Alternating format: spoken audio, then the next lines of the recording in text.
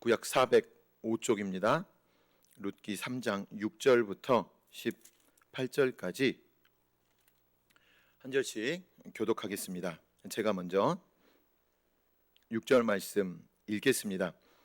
그가 타작마당으로 내려가서 시어머니의 명령대로 다 하니라.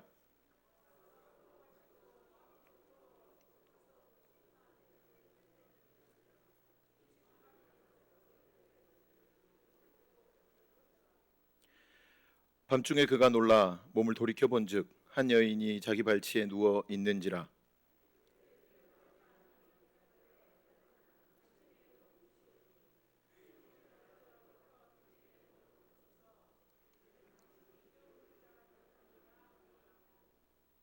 그가 이르되 내 딸아 여호와께서 내게 복 주시기를 원하노라.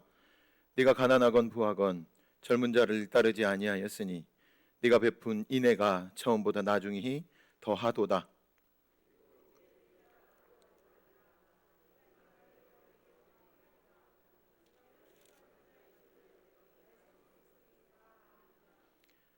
참으로 나는 기업을 물을 자이나 기업 물을 자로서 나보다 더 가까운 사람이 있으니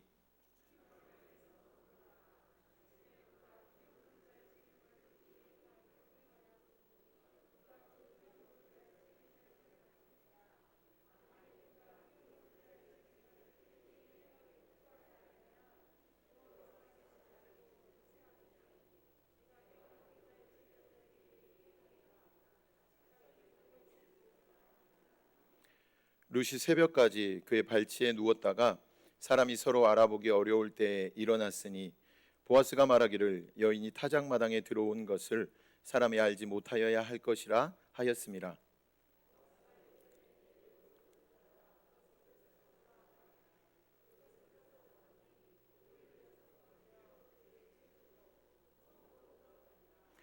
룻이 시어머니에게 가니 그가 이르되 내 딸아 어떻게 되었느냐 하니 룻이 그 사람이 자기에게 행한 것을 다 알리고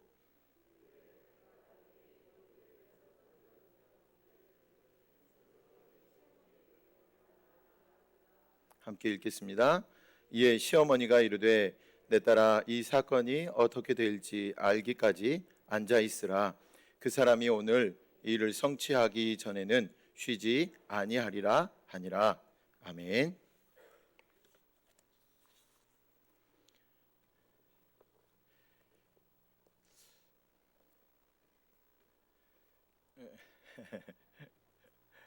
네.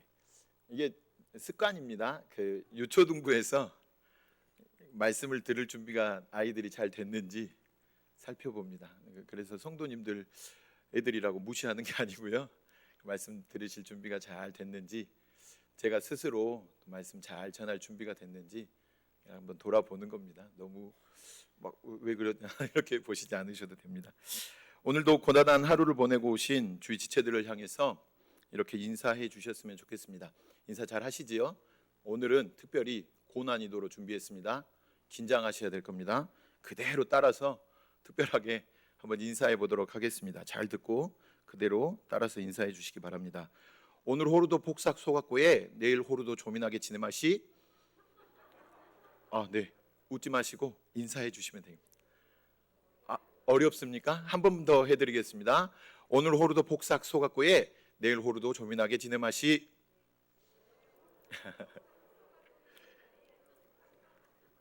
네, 무슨 뜻일 것 같으십니까? 네, 제주도 방언인 것 같으시지요? 예, 오늘 하루도 정말 수고 많으셨습니다. 이 뜻입니다. 그리고 내일도 재미있게 잘 지내시기 바랍니다. 이런 뜻입니다. 감사합니다. 웃으라고 한 게 아니고 인사하라고 한 건데 예상하셨을 수도 있겠지만 제주도 방언이었습니다. 제주도 가보고 싶어서 제가 제주도 방언 아는 유일한 한 문장 한번 인사를 해보았습니다. 우리는 지난 시간에 나오미의 변화를 통해서 사람의 변화는 오직 여호와의 일하심에 달려 있음과 우리 여호와 하나님을 만나면 변하지 않을 사람은 없다라는 그 사실을 함께 말씀을 통해 살펴보았습니다. 하나님의 성품과 은혜를 그분의 일하심을 통해서 경험한 나오미는 자신의 문제를 벗어나 이제 며느리 룻을 품고 그녀의 문제를 위해서 적극적인 모습을 띠게 됩니다. 나오미는 룻에게 타작마당으로 가서 보아스가 어디에서 잠을 청하는지 잘 보고 있다가 그의 이불 안으로 들어가라고 권면했습니다. 이것은 보아스가 은혜를 베풀어 주는 것에만 머물러 있지 말고 보아스를 너의 남편으로 얻어야 한다라는 적극적인 권면이었습니다. 그것은 보아스에게 기업 물을 자, 지난주에 살펴보았습니다. 고엘이란 단어를 기억하십니까? 그 고엘의 책임이 있기 때문에 그 언약을 근거로 하여서 타작마당에 가서 보아스에게 청혼을 하라는 것이었습니다. 룻은 나오미의 모든 말에 순종하겠다고 합니다. 그리고 나오미의 모든 권면을 그대로 행했습니다. 룻은 잠든 보아스의 이불 발치를 들고 들어가 그 아래에 누웠습니다. 그러자 보아스가 자던 중에 깜짝 놀라서 깨어납니다. 그리고 이불 속에 있는 여인에게 너는 누구냐? 이렇게 묻습니다. 룻이 대답합니다. 나는 당신의 여종 룻이오니 당신의 옷자락을 펴 당신의 여종을 덮으소서. 9절 말씀입니다. 이렇게 말합니다. 이것은 대단히 지금 점잖아 보이는 표현이지만 대단히 과감한 청혼 고백이었습니다. 룻은 이렇게 보아스에게 야심한 밤에 타작마당에서 청혼을 한 것입니다. 여기서 우리가 함께 한 가지 살펴볼 것이 있습니다. 그것은 이 일이 일어나고 있는 무대, 타작마당에 관한 것입니다. 룻과 보아스가 살던 사사시대의 타작마당의 모습은 과연 어떠했을까요? 룻이 나오미의 권면을 듣고 행하는 것은 실제로 대단히 위험한 일이었습니다.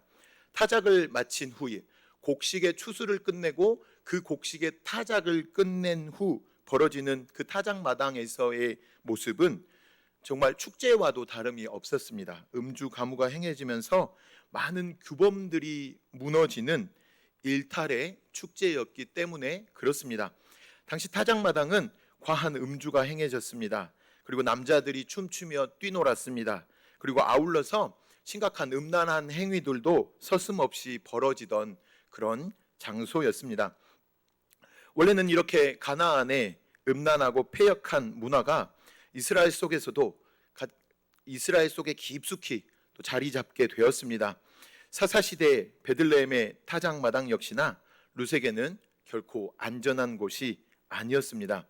젊은 남자들이 술에 취해 뛰어다니는 무법천지의 장소였기 때문에 그렇습니다. 그런데 시어머니 나오미는 며느리 룻을 향하여 이런 위험천만한 곳에 한밤에 곱게 화장을 하고 예쁘게 꾸미고 가라고 권면을 한 것입니다. 그리고 이 위험천만해 보이는 일을 룻은 서슴없이 감행을 하고 있는 것입니다. 나오미가 이런 타작마당의 상황을 몰랐을까요? 아닙니다. 3절 말씀을 한번 쓱 보시면 나오미가 룻에게 당부하는 말이 중간에 나옵니다. 그에게 보이지 말고 라는 표현이 나오는데 타작마당이 얼마나 위험한지 나오미도 잘 알고 있었기 때문에 모습을 잘 숨겨야 한다는 의미였습니다. 그리고 룻의 안전은 물론 현숙한 여인이라는 룻의 명예와 나아가서 룻이 청혼을 해야 될 상대인 보아스의 명예도 잘못하면 실추시킬 수 있었기 때문이었습니다. 모압 지역에서 자란 룻 역시나 곡식의 타작이 끝난 한밤의 타작마당이 어떠한 곳인지를 잘 알고 있었습니다.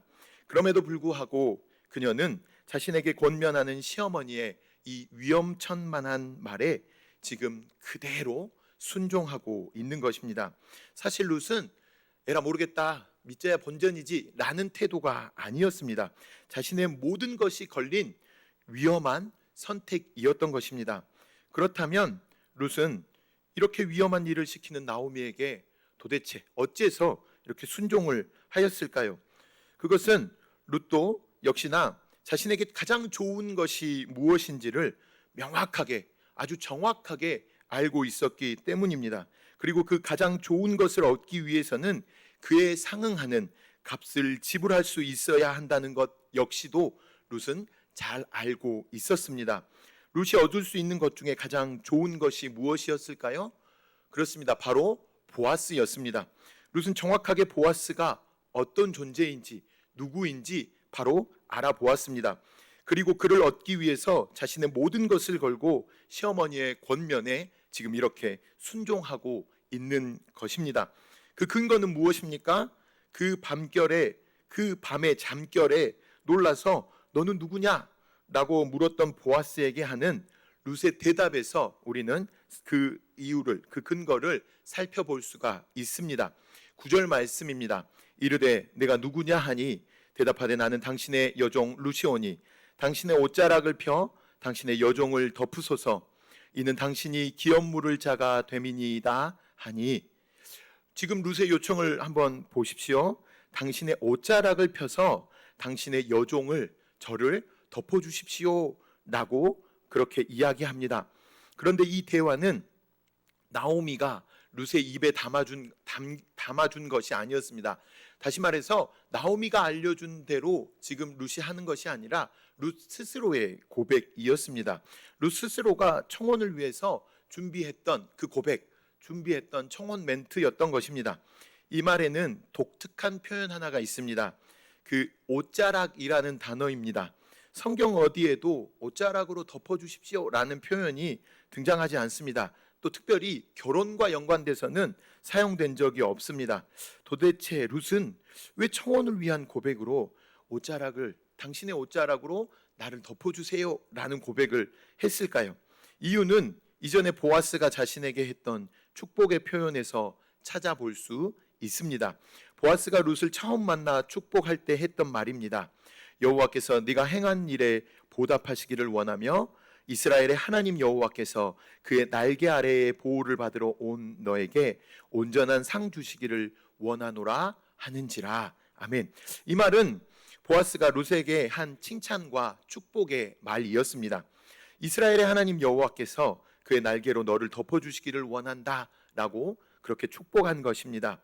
그런데 여기 보아스의 축복 중심에 있는 날개로 번역된 단어와 룻이 청혼할 때 사용한 그 옷자락이라는 단어가 원어가 사실상 동일한 단어였습니다.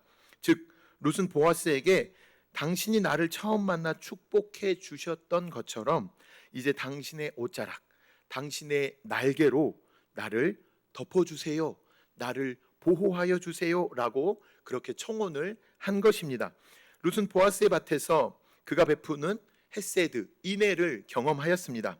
시어머니 나오미마저도 보아스가 바로 네가 찾던 이스라엘의 하나님 여호와께서 허락하신 너를 덮어줄 자, 너를 보호해 줄 사람이다 이렇게 말해준 것입니다. 이스라엘의 하나님, 날개로 지켜 백성을 덮으시는 그분께서 지금 눈앞에 보아스라는 사람을 통해서 지금 우리에게 일하고 계신다라는 메시지였던 것입니다. 룻은 이 사실을 깨달았습니다. 그리고 모든 것을 걸고 그 보아스를 붙잡으려고, 붙쫓으려고 한 것입니다. 이것은 룻이 여호와 하나님을 잡은 것과 동일한 의미입니다. 룻이 보아스를 단지 한 여인이 한 남자를 붙잡았다는 의미가 아니라 그 남자를 통해 일하시는 여호와 하나님을 붙잡고 여호와 하나님을 붙쫓았다라는 동일한 표현인 것입니다. 우리에게도 사실상 이런 믿음의 도전, 믿음의 모험이 필요합니다. 여호와 하나님의 은혜와 헤세드는 그렇게 매일매일 매 순간순간 간구하면서 그토록 원하면서 그에 상응한 믿음의 수고와 헌신과 믿음의 모험은 하지 않는 것은 이상하리 많지 모순적인 행동입니다. 어른들은 세상 한번 살아봐라, 세상이 네 뜻대로 되는 줄 아느냐, 세상 한번 살아봐라, 공짜가 어디 있는 줄 아느냐 이렇게 말씀들을 하십니다. 그래서 열심히 하라고, 그래서 네가 하고자 하는 일에 목숨도 걸어보고 네 모든 인생을 한번 걸어봐라, 그러면 그거 얻게 될 거다 이렇게 충고해 주십니다. 그 충고가 결코 틀린 충고가 아닙니다. 그런데 이토록 열심을 내어서 쟁취하라고는 하면서도 유독 신앙생활의 영역에서는 아무것도 하지 않으려고 합니다. 물론 우리에게 베푸신 구원은 철저히 우리의 공로로 되어진 것이 없습니다. 말 그대로 하나님의 베푸신 은혜입니다. 받을 자격 없는 나에게 한량없으신 큰 사랑을 허락하신 것이 바로 구원, 그 구원의 은혜란 것입니다. 그렇다면 그렇게 값진 것을 받은 인생들이라면, 아니 그렇게 큰 구원을 이루신 우리 주님을 향해서 우리의 믿음의 시도를 하지 않을 이유가 어디 있겠습니까? 우리는 너무나 안전한 삶에 길들여져 있는 것은 아닙니까? 우리는 너무 신앙생활이 주는 그 위험을 한 번도 감수한 적이 없이 살았던 것은 아닙니까? 모두 다 어른들의 그 신앙 간증을 들어보면 이런 이야기들을 종종 하십니다. 어릴 적에 또 내가 시집 가서, 내가 장가 가서 얼마나 신앙을 지키려고 회사에서, 가정에서 노력했는지 몰라, 힘들었는지 몰라. 비단 저도 그렇습니다. 요즘 고3을 두신 부모님들 계시지요? 요즘 고3들은 교회 안 오는 것이 당연합니다. 근데 불과 수년 전 저희가 저희가 입시 준비를 할 때, 저희가 고3이었을 때 학교 가서 주일에도 물론 수업을 하러 불렀습니다. 보충 수업, 자율학습, 야간 자율학습 12시까지 끝나고는 했습니다. 주일에 예배 드리고 가는 것 당연했습니다. 가면 어떻게 되느냐? 맞았습니다. 그것도 심하게 맞았습니다. 저 광주에서 고등학교를 나왔습니다. 광주에서도 유명하게, 뭐가 유명하냐면 때리는 걸로 유명한 학교를 나왔습니다. 그곳에서 하나님께서 왜 그곳을 보내셨는지 원 없이 맷집이 길러졌습니다. 매주일 때로는 심하게 맞으면 100대 넘게도, 거짓말이 아닙니다. 그렇게도 맞았습니다. 주일 예배 드리고 나서 가방 들고 학교 가면 맨 먼저 하는 일이 무엇이냐? 교실 복도로 가서 엎드려 뻗쳐 하는 겁니다. 그러면 그날 당직 선생님들이 기분 안 좋은데 잘 됐다, 신나게 때리셨습니다. 그런데 이게 당연한 것이었는데 요즘 고3들은 학교 가는 게 당연합니다. 예배 드리는 것 부모님들이 뜯어 말립니다. 아이들이 예배를 드리고 학교 가겠다고 하면 왜 그래? 학교 가야지. 이렇게 하는 시대가 되어버렸습니다. 우리는 너무나도 안전한 삶, 신앙의 모험은 하지 않고 신앙이 주는 그 안정감 안에서 편하게 신앙생활을 하고 있다는 것입니다. 우리는 나아가서 하나님이 아닌 세상이 주는 안정감에 너무 취해 있습니다. 우리의 안정감을 위해서 우리가 생각하고 예측한 대로 돌아가는 세상, 우리가 통제할 수 있는 세상, 우리가 충분히 예상할 수 있는 그 세상을 가장 좋은 세상이라고 여깁니다. 그렇게 하나님이 만들어 주실 때 하나님께서 나를 선하게 인도하신다라고 생각하고 하나님께 감사합니다. 우리가 쌓은 많은 그것들로 인해서 안정감을 누리려고 합니다. 정작 하나님을 통해서 안정감을 누리려고 하지는 않습니다. 왜냐하면 하나님께서는 때때로 우리 인생들 가운데 믿음의 도전, 신앙의 모험을 원하시기 때문입니다. 그것이 우리에게 더 큰 믿음의 축복과 더 큰 은혜를 베푸실 것, 그것들을 통하여서 더 큰 축복과 더 큰 은혜를 베푸실 것들을 그 순간에는 깨닫지를 못합니다. 혹시 알면서도 우리는 오히려 편안하게 가고자 시도하지 않습니다. 그래서 하나님께서 뭔가 내 생각보다, 내가 지금 예상하는 것보다 더 큰 것들, 더한 것들을 행하시려고 하신다면 그렇게 느껴지는 그 순간에 우리는 멈칫하게 되는 것입니다. 우리는 왜 이렇게 초라한 신앙생활을 하는 것일까요? 우리가 갖고 있는 그 구원이 얼마나 소중한 것인지 정확하게 모르고 있기 때문에 우리는 이렇게 모험하지 않습니다. 우리의 신앙은 그렇게 위험보다는, 신앙의 도전보다는 신앙의 안주를 선택하며 여기까지 온 것입니다. 그저 이만하면 됐다라는 그러한 인식 속에서 안전하게 안정을 추구하며 살아가고 있는 것은 아닌지 모르겠습니다. 하지만 룻은 지금 우리와 같지 않았습니다. 보아스가 룻의 말을 듣고 룻의 뜻대로 다 행할 것을 약속합니다. 믿음의 모험을 가지고 정말 위험천만한 그 신앙의 도전을 했을 때, 과감하게 믿음의 모험을 룻이 감당했을 때 보아스는 그 룻의 말을 들었습니다. 그리고 룻의 뜻대로 다 행하겠다, 내가 행할 것이다, 이렇게 약속합니다. 나아가 룻의 마음을 받아들인 것입니다. 이것은 룻이 자신만을 위해서가 아닌 죽은 남편과 시어머니를 위해서 그녀가 헤세드를, 지금 인애를 베풀고 있는 것임을 보아스가 깨닫고 그것을 잘 알았기 때문에 그렇게 자연스럽게 반응한 것입니다. 이야기가 이렇게 순조롭게 진행되어 가고 있는데 갑작스럽게 불쑥 12절 말씀이 우리를 가로막습니다. 12절 말씀입니다. 참으로 나는 기업을 물을 자이나 기업 물을 자로서 나보다 더 가까운 사람이 있으니. 보아스의 입에서 지금 나오미에게 다른 기업 물을 자가 있다라는 이야기가 나옵니다. 그것도 나는 두 번째 순번이야, 나보다 더 앞선 순번의 사람이 있어라는 말을 지금 들은 것입니다. 그가 기업 물을 권리를 주장하면 나는 그 책임, 그 권리가 없게 돼. 그 사람이 기업을 물어야 돼. 이렇게 말한 것입니다. 이런 상황을 룻은 전혀 알 수가 없었습니다. 그래서 너무나도 갑작스러웠고 룻은 너무나도 당황하였습니다. 지금까지 수고한 믿음의 수고, 지금까지 감당한 믿음의 모험이 모든 것이 수포로 돌아가고 허사가 될 판이었습니다. 우리는 이미 룻기의 결론까지 다 알고 있기 때문에 우리는 이 장면에서 별로 당황하지 않습니다. 룻은 엄청 당황했지만 우리는 당황하지 않습니다. 왜냐하면 이미 결과를 알고 있기 때문에 그렇습니다. 긴장감이 전혀 없습니다. 하지만 3장에 등장하는 이 걸림돌에 대해서 우리는 크게 관심이 없지만 어차피 다 해결될 문제 아니야?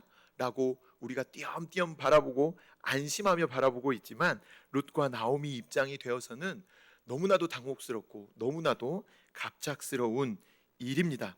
룻이 그 말을 지금 보아스에게서 처음 들었다고 한번 상상을 해보십시오.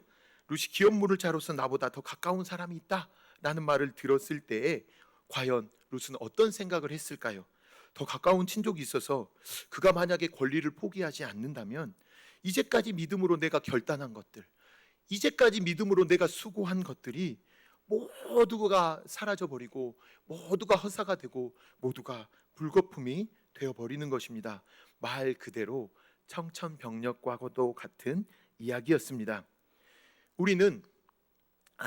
우리도 이처럼 의외로 이러한 청천벽력과도 같은 일들을 우리 신앙에서 자주 경험합니다. 하나님께서 우리로 하여금 가장 좋은 것을 주실 수 있음에도 불구하고 때로는 그것을 너무나 유보하고 계시는 것 같다라고 느껴지는 경우가 많습니다. 분명히 하나님의 뜻을 구하면서 기도하면서 차분하게 신중하게 결정했습니다. 또 기도하는 중에 그래, 하나님께서 이 일을 과연 우리에게 허락하실 거야 라는 확신도 들었습니다. 하지만 내 확신처럼, 내가 기도한 것처럼 일이 이루어지지 않습니다. 분명히 하나님께서 이 일을 이루어 주실 줄 알았는데 내 생각과는 다르게 하나님의 도움의 손길이 임하지 않았습니다. 정말 하나님께서 기뻐하시도록 누가 봐도, 심지어 하나님께서 보셔도 흡족하실 만큼 내가 헌신을 했고 그분이 그 헌신을 기쁘게 받으셨는 것까지도 확신을 했는데 이제 하나님 편에서 이 헌신에 대해서 그분의 사랑으로 갚아주셔야 정말 당연한 것 아닌가? 라는 생각이 들었는데, 그런데 우리 하나님께서는 우리를 향해 여전히 가만히 계십니다. 기도 응답을 안 들어주십니다. 해도 너무 하시는 것처럼 느껴집니다. 계속해서 우리를 여전히 기다리게 하십니다.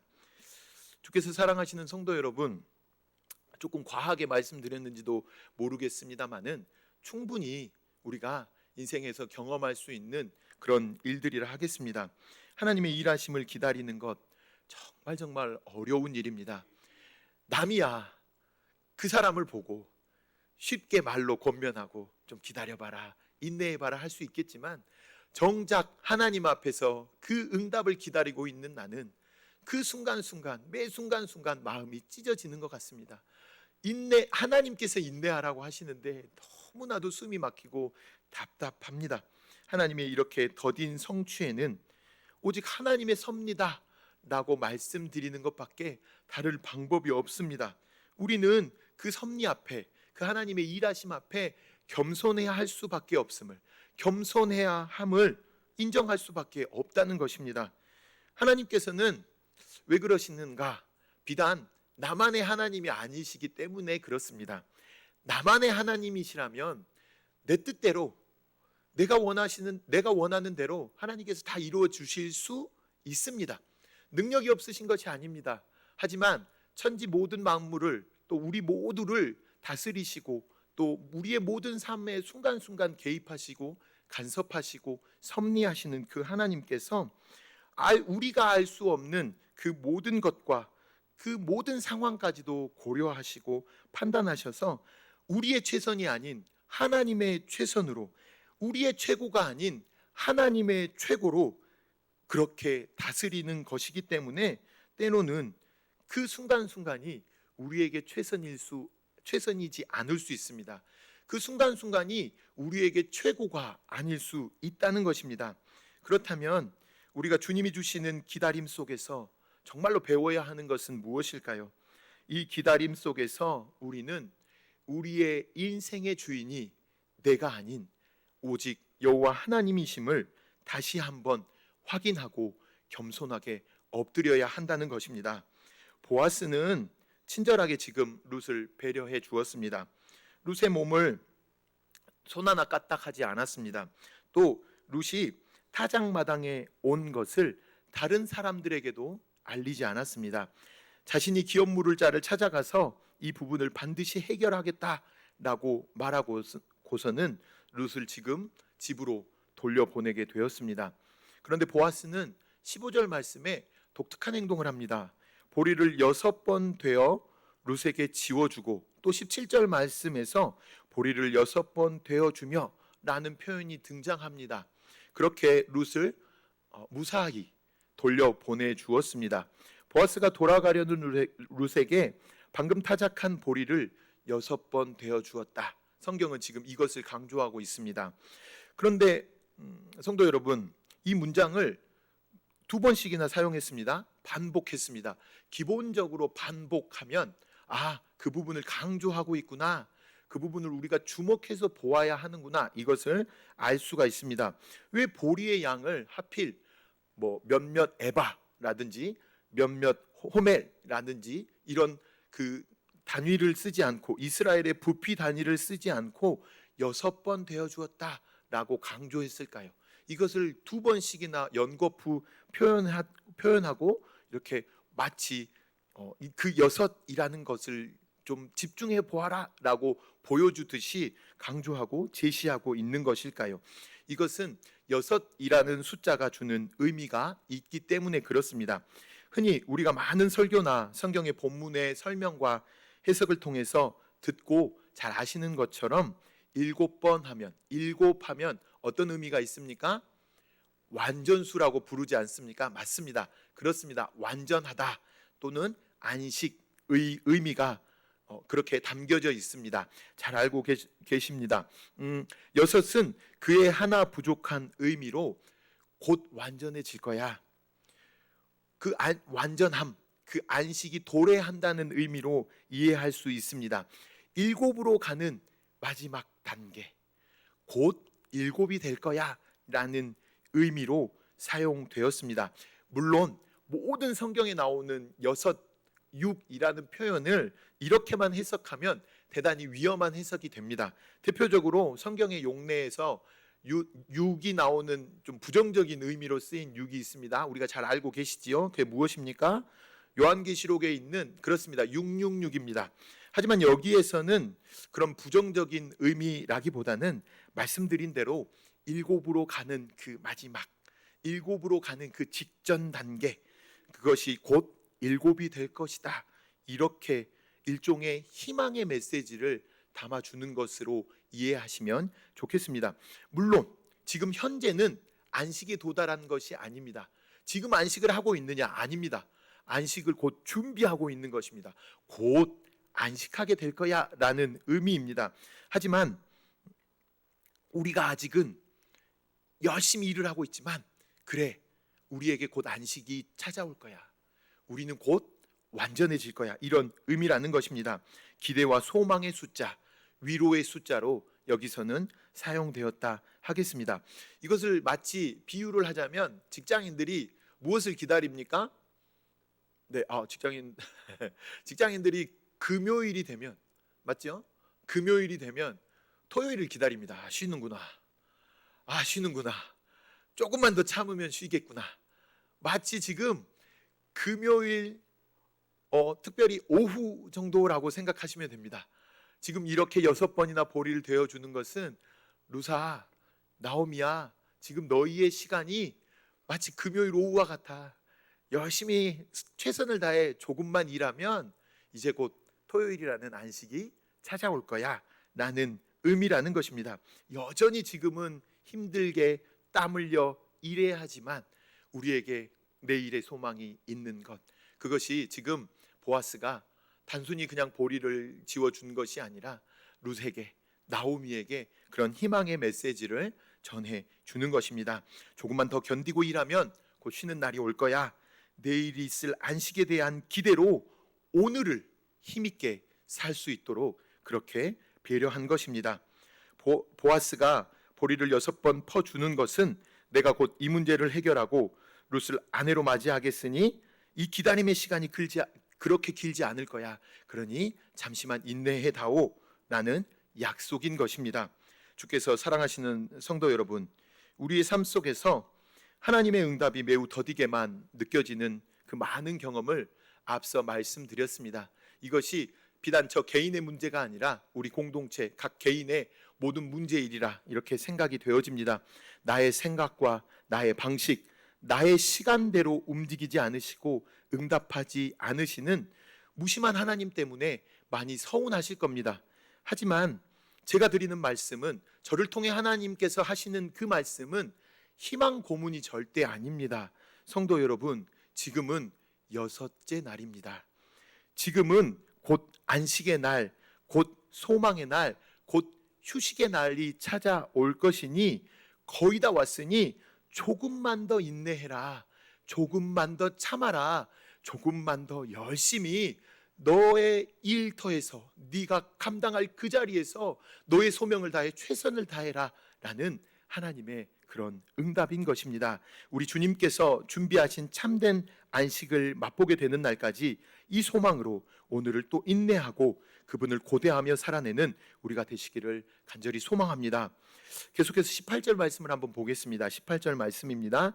이에 시어머니가 이르되 내 딸아, 이 사건이 어떻게 될지 알기까지 앉아 있으라. 그 사람이 오늘 이 일을 성취하기 전에는 쉬지 아니하리라 하니라. 아멘. 나오미는 지금 룻을 통해서 모든 상황을 전해 들었습니다. 그리고 보아스가 보낸 보리에 담긴 그 6의 의미를 아마도 깨달았던 모양입니다. 그리고 오히려 자신이 그 의미를 깨닫고 불안해하고 당황해하는 룻을 위로합니다. 주께서 사랑하시는 성도 여러분, 나오미와 룻은 보아스가 쉬지 않고 일함을 통해서 참된 안식을 곧 누리게 될 것입니다. 우리 또한 이와 마찬가지로 참된 안식을 누리게 될 것입니다. 우리는 우리에게 보아스가 되시는 예수 그리스도를 통해서 영원한 안식과 참 쉼을 누리게 될 것입니다. 나오미의 고백처럼 그 사람이 오늘 이 일을 성취하기 전에는 쉬지 아니하리라 는 그 고백처럼 우리 예수님께서는 우리의 참된 휴식을 통해서, 우리의 참된 휴식을 위해서 쉬지 않으시고 성실하심으로 이 일을 감당하셨습니다. 예수 그리스도께서는 우리의 구원을 위하여 결코 쉬지 않으셨습니다. 그분은 우리를 절대로 포기하지 않으시고 끝까지 우리를 붙들어 우리가 마땅히 가야 할 그 복된 자리, 참된 구원의 자리에 가 있도록 하셨습니다. 요한복음 13장 1절 말씀은 이렇게 증거합니다. 유월절 전에 예수께서 자기가 세상을 떠나 아버지께로 돌아가실 때가 이른 줄 아시고 세상에 있는 자기 사람들을 사랑하시되 끝까지 사랑하시니라. 아멘. 예수님께서는 십자가의 구원의 사역을 온전히 이루시기 위하여 그 몸과 마음을 조금도 쉬지 않으시고 최선을 다해 하셨습니다. 그것은 우리를 정말로 사랑하셨기 때문에 그렇습니다. 구속 사역을 이루신 뒤에는 그렇다면 편하게 쉬고 계실까요? 아닙니다. 우리 주님은 지금 무엇을 하고 계시겠습니까? 우리가 잘 아는 대로, 말씀하신 대로 약속하신 대로 하나님 보좌 우편에서 우리를 위한 중보를 지금도 쉬지 않고 감당하고 계십니다. 주께서 사랑하시는 성도 여러분, 말씀을 정리하려고 합니다. 우리 주님께서는 여전히 우리가 그분의 참된 안식에 들어가기까지 쉬지 않고 우리를 위하여 중보하고 계십니다. 이 시간 이 일을 완성하실 때까지 결코 쉬지 않으시는 우리 주님을 신뢰함으로 우리의 믿음을 점검하시고 다시 한번 일어나 믿음의 진보를 이루시는 우리 모두가 되시기를 간절히 소망합니다.